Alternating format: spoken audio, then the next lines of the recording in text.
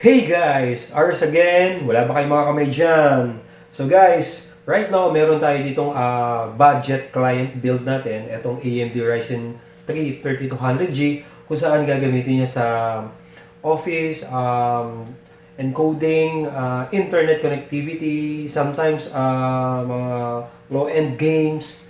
So, ito yung specifications niya. So, guys, umpisahan na natin yung build natin para mapakita ko sa inyo kung ano yung mga component na ginamit ko.